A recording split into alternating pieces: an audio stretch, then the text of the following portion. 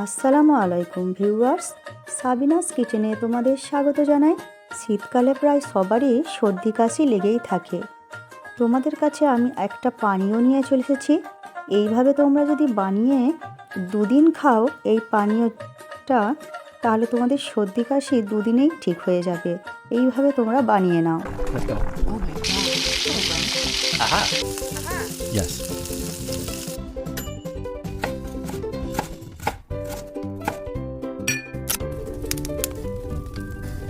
Wow. Thank you. আমি একটি saucepan নিয়ে নিয়েছি, তাতে 2 কাপ পানি দিয়ে দিচ্ছি। পানি দিয়ে আমি দুটো পান আমি ভালো করে ধুয়ে নিয়েছি। এইভাবে হাত দিয়ে ছিঁড়ে ছিঁড়ে দিয়ে দিচ্ছি। তোমরা চাইলে কুচি কুচি করে কাঁচি দিয়ে কুচি করে কেটে দিতে পারো। আমি হাত দিয়ে ছিঁড়ে দিয়ে দিচ্ছি ছোট ছোট করে টুকরো করে। তোমরা যে কোনো পান ব্যবহার করতে পারো। 1 ইঞ্চি আদা নিয়ে নিয়েছি, আদাটা আমি থেঁতো করে দিয়ে দিচ্ছি।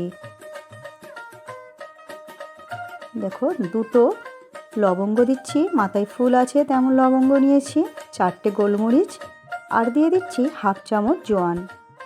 সব কিছু দিয়ে আমি চুলা এবারে বসিয়ে দিয়ে ফুটিয়ে নেব।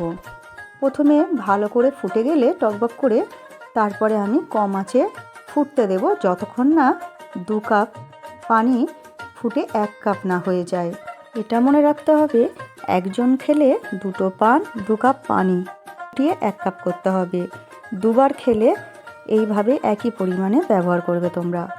পানের সাথে আদা, গোলমরিচ, লবঙ্গ আর জোয়ান দিলে এটা খুবই কাশির জন্য খুবই ভালো হয়। গলার যে খুসখুসে ভাবটা থাকে সেটাও দূর হয়ে যায়।